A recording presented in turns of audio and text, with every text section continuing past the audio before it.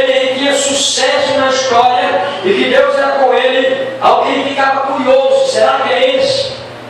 Quando Moisés começou a reger o povo, tirou do Egito, o povo admirava tanto Moisés que o povo achava que Moisés era esse Messias, que Moisés era essa promessa do Joéter. Foi quando Moisés disse: ei, eu ainda não sou o profeta que vocês esperam, virá um maior do que eu, e esse vocês devem ouvir. Ou seja, Moisés disse: ainda não sou eu. E levantou-se muitos homens, mas não era ele. Mas por quê? Sabe por quê, irmãos? Não foi Moisés, não foi Abraão, não foi Isaac, não foi Jacó, não foi José, não foi Davi. Muitos homens que Deus amava, homens que Deus disse: esse é segundo o meu coração, mas ainda não é esse. Homens que Deus dizia: esse é meu amigo, mas ainda não foi ele. Por quê? Porque todos os homens pecaram, todos os homens trouxeram consigo o veneno do pecado. Nenhum homem tinha dignidade, por mais religioso que seja, nenhum homem tinha a dignidade, por mais amigo que ele fosse de Deus, ele era fruto do pecado, ele trazia nas suas veias o pecado, e Deus não aceitava cordeiro com mácula do pecado. O sacrifício da lei diz que o único animal que serviria para perdoar pecado é um animal sem pecado. Escute bem, quando Deus chamou Israel e disse: olha, você está saindo e ir para o Egito, vocês vão precisar matar um cordeiro. Olha para mim, um cordeiro. Esse cordeiro, ele não pode ter mácula, ele não pode ter mancha, ele não pode ter defeito. Ele chamou Moisés, só Moisés: hoje à noite eu vou enviar um espírito, um anjo da morte que vai matar todos os primogênitos. Agora tem uma coisa: e hoje eu vou te dar liberdade, hoje eu vou tirar Israel do Egito. Agora faça o seguinte: reúna toda a família de Israel, todo o povo de Deus, e diga que cada uma família, escute bem, cada família deverá matar um cordeiro. Cada família. Se porventura a família for pequena, então junta-se duas famílias e o cordeiro dá para duas famílias, dependendo do número de pessoas. Então aquela ordem: agora lembre-se, o cordeiro é sem mancha, sem defeito. E tem mais: o cordeiro ele deve ter 1 ano de idade, ele tem que ser saudável no vigor da sua vida. E esse é o cordeiro. Quando você matar um cordeiro sem mácula, sem mancha, sem defeito, um cordeiro de 1 ano, novinho, no começo da flor da vida, e você matar ele, você vai pegar o sangue dele e vai passar nos umbrais da porta,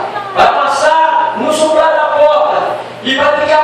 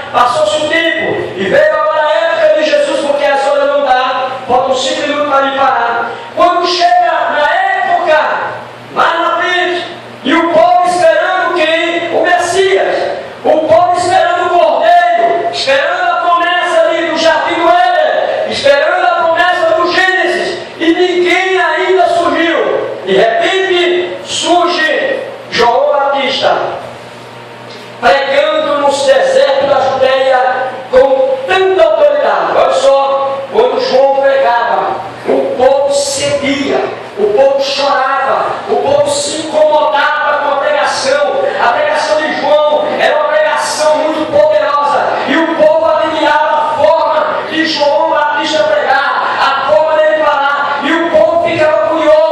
E depois que ele pregava o sermão na Judéia, ele levava as margens do Jordão, e aquele que se arrependesse, ele batizava nas águas. Todos os dias João batizava, só que depois que ele ia batizar, a primeira pessoa disse: olha, eu vou batizar você hoje com água, mas há um que vem batizar você com o Espírito Santo e fogo, e esse é muito mais poderoso do que eu. Ele foi antes de mim. E começava a dizer, toda vez João anunciava Jesus. Diz aqui a Bíblia, e no dia, como qualquer outro, no dia seguinte, estava João batizando nas águas. Escute bem, a multidão estava próxima, fila para se batizar, e no meio daquela fila de pessoas para se batizar, ia se aproximando Jesus de Nazaré. E se aproximando Jesus também para ser batizado. E quando Jesus se aproxima, o Espírito de Deus fala ao coração de João. Aleluia! E aquele momento tão desejado, aquele momento tão anelado, a expectativa que atravessou século estava ali nas margens do Jordão. Quem é que é o Messias? Quem será o Cordeiro? Quem é o homem que vai tirar a dor do pecado? E de repente João para, batiza uma pessoa e para. E quando ele olha, Jesus talvez não tenha sido dos primeiros da fila, mas ele estava lá atrás. E João aponta e diz assim: eis aí o Cordeiro de Deus que tira o pecado do mundo. Quem levou das mãos da glória para Jesus? Escuta, eu tirei esse microfone a ele porque ele está dando nervos, cara.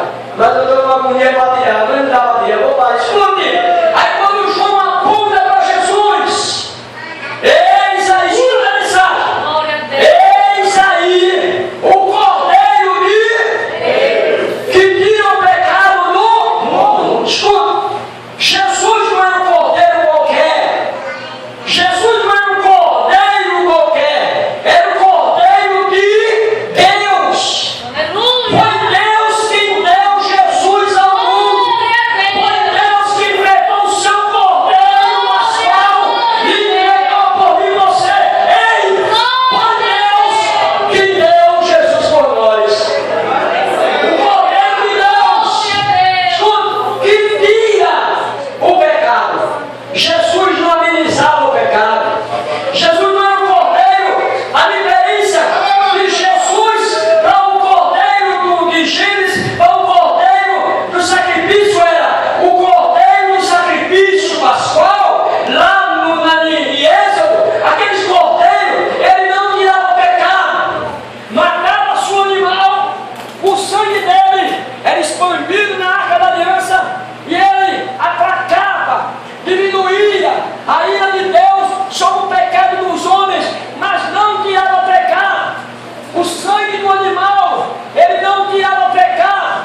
É como se ele cumprisse o pecado, mas não tirava. Anos depois, outro sacrifício. Então, de geração em geração, se matava cordeiro, se matava cordeiro, se matava cordeiro, e o sangue nunca tirava o pecado. Mas ali estava Jesus de Nazaré, o Cordeiro de Deus. O sangue de Jesus tirava pecado, purificava o pecado. Escute, para me terminar. Escute, Jesus, o Cordeiro de Deus, que tira o pecado do mundo. É o único. Só que tem uma coisa, se eu já preguei aqui. Quando João apontou, o povo na ansiedade, na expectativa, naquela tensão que atravessou século, de pai para filho, de filho para neto, e atravessou no coração do povo, esperava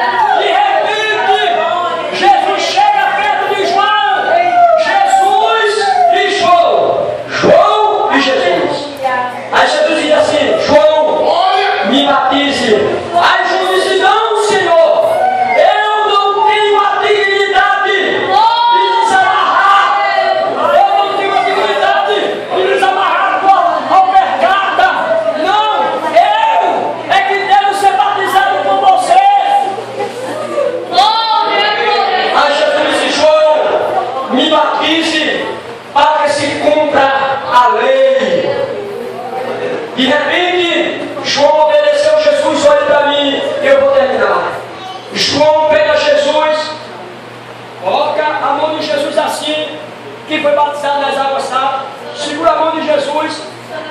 Que momento glorioso. Olha, as coisas já vinha batizando muita gente, mas ali era um batismo ímpar. Ali era uma coisa incomum. Ali era uma coisa extraordinária. Ali estava o homem carnal batizando o Filho de Deus vivo. Ali estava o seguinte profeta batizando o maior profeta de todos os séculos, o maior profeta desejado de nações, Jesus de Nazaré. Segura a mão de Jesus. Ela vai, escuta. E a multidão pensando: quem é esse? Eu não vejo nada nele. Esse aí vai perdoar pecado. E a multidão razoando. Mas lá no céu, Jeová já estava preparando a resposta. Quando Jesus ele é descido às águas, ou seja, imergido sobre as águas, que desce com imersão às águas, que Jesus desce, que ele sobe, de repente o céu tremeu, houve um terremoto. Quem está sentindo Jesus aqui? Ele está aqui. Escuta, meu pai, paciência comigo. Se a gente passar hoje a ser um pouquinho, eu peço perdão. Olha só. Quando de repente houve um trovão e um trovão potente, e ouviu uma voz, escute-me, ouviu uma voz como a voz de trovão, e de repente sai do céu o Espírito Santo. Ei, o Espírito Santo, deixa eu explicar a vocês,